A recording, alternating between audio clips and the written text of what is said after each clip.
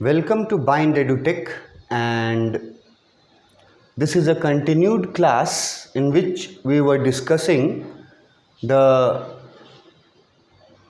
important multiple choice questions from the chapter Going Places.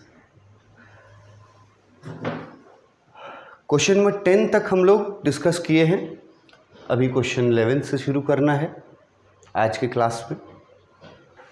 What is the most unrealistic thing in the story? इस कहानी में ऐसी कौन सी चीज़ है जो सबसे ज़्यादा अनरियलिस्टिक है? What is the most unrealistic thing in the story?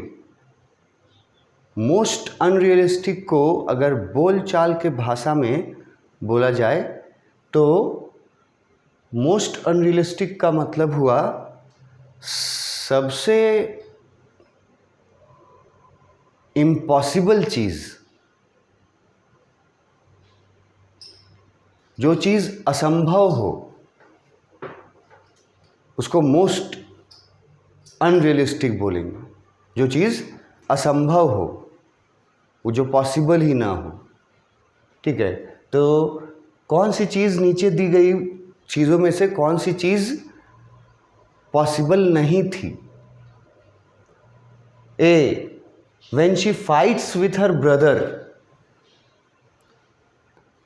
मतलब जब उसका अपने भाई के साथ फाइट लिखा है, जो फाइट वर्बल फाइट हुआ था, फिज़िकल नहीं, तो उसके बारे में बोला है कि क्या ये मोस्ट अनरियलिस्टिक चीज़ है? जो सोफ़ी और उसके भाई में जो डिस्कशन चल रहा था, आर्गुमेंट जो हो रहे थे, क्या वो असंभव चीज़ लगता है? बी में, when her father gets angry, story में जब उसके फादर एंग्री होते हैं तो क्या वो असंभव बात था फादर का एंग्री होना? C, when her brother reveals her story, जब उसके भाई जॉफ ने फादर को बता दिया था, रिवील कर दिया था, मतलब बता दिया था सोफ़ी और डैनी कैसे के मुलाकात वाला स्टोरी, क्या वो मोस्ट इम्पॉसिबल चीज़ था इस कहानी में? या चौथा ऑप्शन है, when she thinks of meeting Danny Casey, a famous football player. Sophie जो ये सोचती है कि वो डैनी कैसे से, जो एक फेमस फुटबॉल प्लेयर है, ये वो सोचती है, यही बात इस स्टोरी में मोस्ट अनरियलिस्टिक है. मतलब जो रियलिटी में संभव ही नहीं है, वो हो गया मोस्ट अनरियलिस्टिक, जो रियल नहीं हो सकता है. तो उसके ब्रदर के साथ उसका फाइट वो रियल हो सकता है, उसके फादर का एंग्री वो रियल हो सकता है, उसके ब्रदर का स्टोरी बता देना वो भी रियल चीज़ ही है.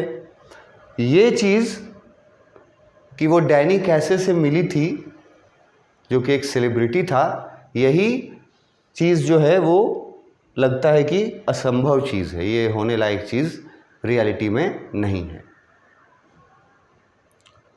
नेक्स्ट क्वेश्चन है, what story she make up in front of her brother. What story Sophie make up in front of her brother Joff. जॉफ के सामने सोफ़ी जो है वो कौन सा स्टोरी, मतलब अपना इमेजिनेशन से, वो उसके स्टोरी का कहने का मतलब उसका इमेजिनेशन भी है कि वो जॉफ के सामने अपना कौन सा स्टोरी मेकअप करती है, मतलब बनाती है। रियल तो था नहीं कुछ, तो मेकअप स्टोरी लिखता है कि कौन सा स्टोरी बनाती है, झूठी स्टोरी बनाती है सोफी अपने भाई जॉफ के सामने। ऑप्शंस देख लो। She will become an actress, ये झूठी स्टोरी बताती है भाई को, या she will become a manager, ये स्टोरी भाई को बताती है, या she will become a famous beautician, ये स्टोरी भाई के सामने बनाती है, या ऑप्शन डी है Danny will come to meet her, मतलब डैनी कैसे अगले सप्ताह फिर उससे मिलने आ रहा है। तो जो लोग स्टोरी के थ्रू गए होंगे वो लोग आसानी से ऊपर के 3 ऑप्शंस जो हैं वो तीनों गलत है।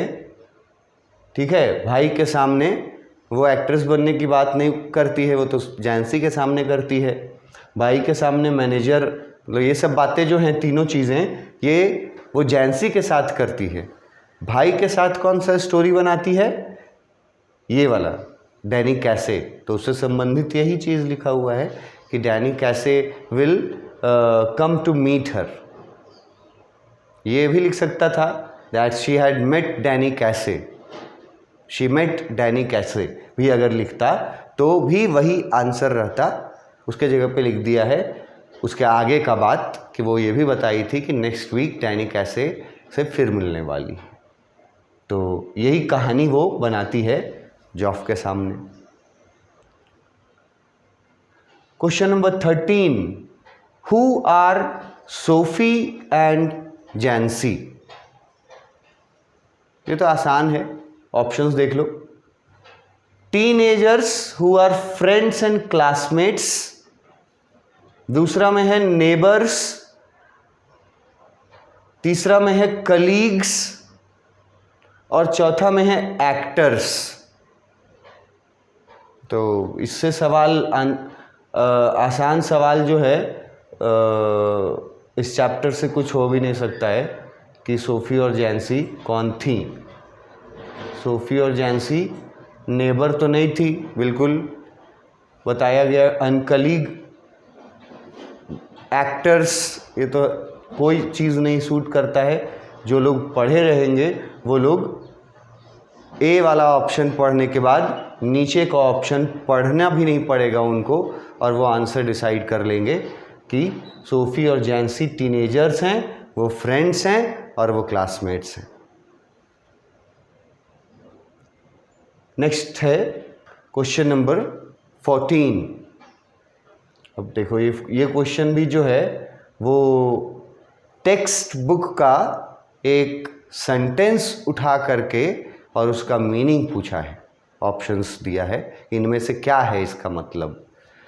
वो टेक्स्ट बुक से उठाया हुआ जो सेंटेंस है वो ये वाला है, डबल इन्वर्टेड कॉमा में, words had to be prized out of him like stones out of a ground. अब ये जो वर्ड्स हैं, ये सेंटेंस है, ये वही स्टूडेंट पहचान पाएगा जिस स्टूडेंट ने टेक्स्ट बुक से टेक्स्ट जो है वो पूरा पढ़ा होगा, लाइन बाय लाइन जो मैं बोलता हूँ एक्सप्लेनेशन में। तो वो इसको पहचान जाएगा पढ़ करके कि ये शब्द किसके लिए बोले गए हैं और इसका मतलब क्या होता है। ये मैंने एक्सप्लेनेशन में समझा दिया था कि ये एक सेंटेंस है, इस पे मैंने स्पेशली फोकस किया था। Words had to be prized out of him like stones out of a ground. अगर पूछ दे कि ये सेंटेंस किसके बारे में बोला गया है तो क्या जवाब दोगे? ये सेंटेंस सोफी के बड़े भाई जॉफ के बारे में बोला गया है, उसको डिस्क्राइब करते वक्त बोला गया है। और इस सेंटेंस का मतलब ये है कि सोफी के भाई के मुंह से कोई शब्द निकलवाना उतना ही कठिन है जितना कठिन ग्राउंड में गड़े हुए पत्थर को बाहर निकालना है। ये बताए थे। तो देखो कौन सा ऑप्शन उससे मिलता जुलता मिलेगा आपको। It was difficult to speak to him, कि जॉफ के सामने बोलना मुश्किल था। It was difficult to locate him in a shop, ये बताता है कि उसको किसी दुकान में ढूंढना मुश्किल था। इट वॉज, थर्ड ऑप्शन है, it was difficult to locate him in factory, कि उसको फैक्ट्री में ढूंढना जो है वो ये इन वर्ड्स के द्वारा बताया जा रहा है। और चौथा ऑप्शन है, it was difficult to get information out of him. अब यहाँ पे कंफ्यूजन हो सकता है कुछ स्टूडेंट्स को ये वाला ऑप्शन और ये वाला ऑप्शन पे। जो पढ़े होंगे उनको भी कंफ्यूजन हो सकता है। ये वाला ऑप्शन और ये वाला 50-50 करना पड़ेगा। यहाँ दो गलत आंसर्स कट जाएंगे। ये जो है ये कभी स्टोरी में बोला ही नहीं गया है, और ये जो है ये भी कभी स्टोरी में नहीं बोला गया। तो ये शब्द जो स्पीक वर्ड यूज़ कर दिया है, तो speak, it was difficult to speak to him. Sorry for some technical issues, कुछ रुकावट, कुछ प्रॉब्लम आ गया था टेक्निकली, तो एक पॉज लेना पड़ा। हम लोग इस क्वेश्चन पे थे कि एक जो सेंटेंस दिया हुआ है, words had to be prized out of him like stones out of a ground, इनका मतलब क्या है? तो दो ऑप्शंस जो हैं, ये दो ऑप्शंस के बीच कंफ्यूजन हो सकता है स्टूडेंट्स को। यहाँ लिखा है it was difficult to speak to him, उससे बात करना मुश्किल था, एक ये लिखा है।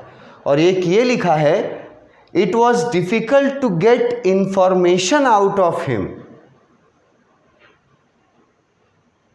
तो यहाँ पे हम लोग कंफ्यूजन को कैसे दूर करेंगे कि इस सेंटेंस का मतलब निकलता है क्या? It was difficult to speak to him मतलब है कि उससे बात करना मुश्किल काम था।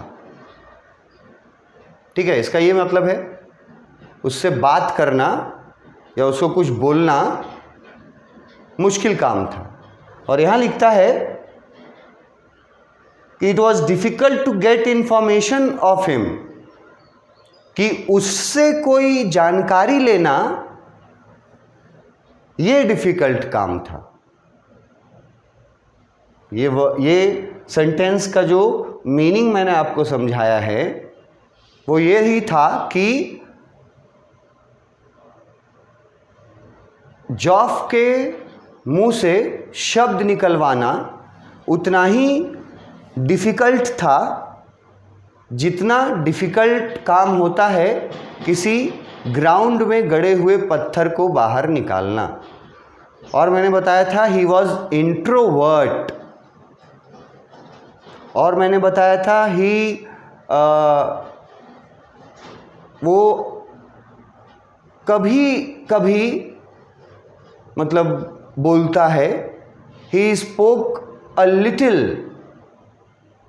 ये बताया है मैंने अभी तक आपको एक्सप्लेनेशन में जॉफ के बारे में कि वो ज़्यादातर चुप रहता है, नए दोस्त नहीं बनाता, इंट्रोवर्ट है नेचर वाइज, तो उन चीज़ों के हिसाब से जो मोस्ट सूटेबल इन दोनों में से आंसर होगा वो होगा कि उससे कोई जानकारी निकालना ये सबसे इम्पॉसिबल काम था।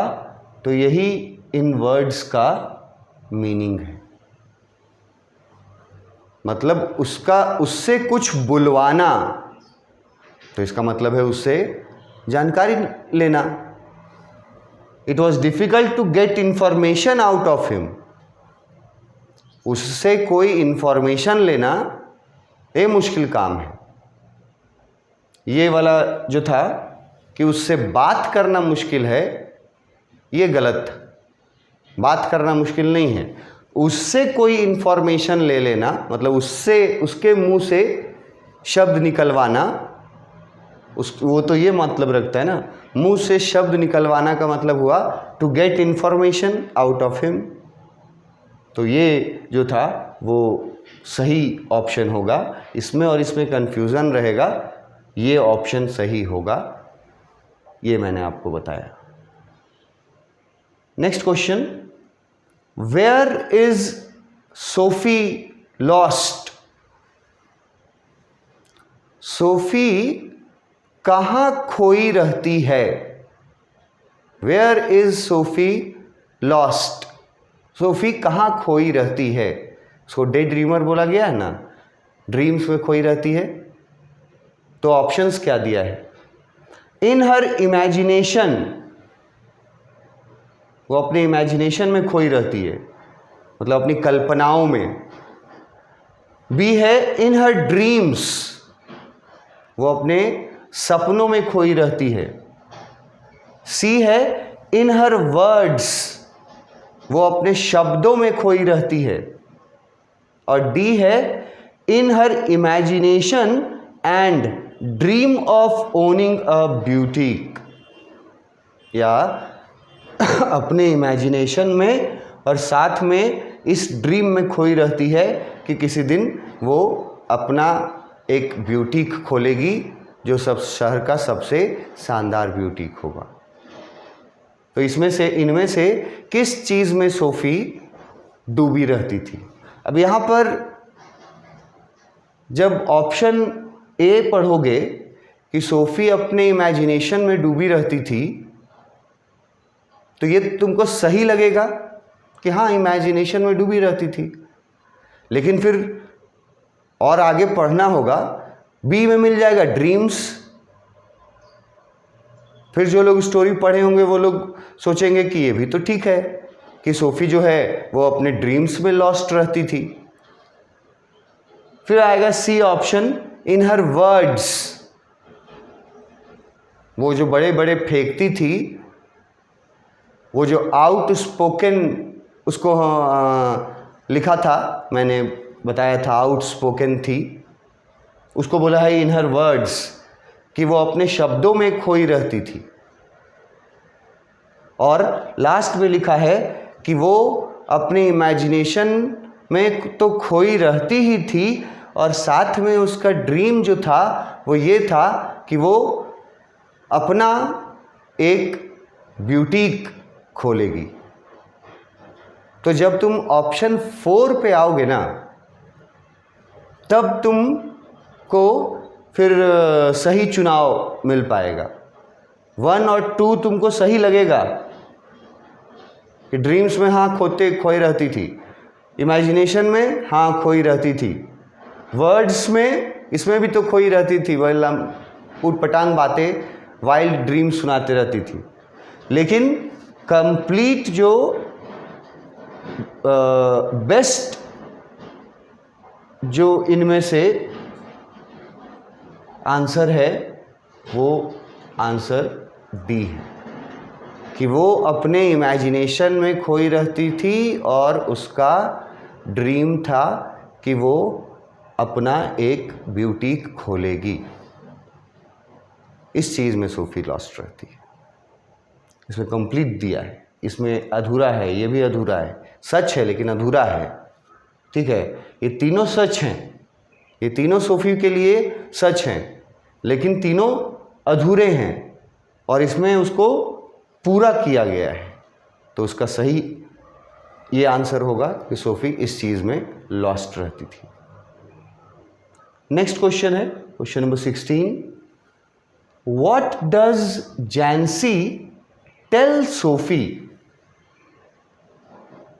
What does Jansie tell Sophie? अब सबसे पहले तो जैंसी और सोफी के बारे में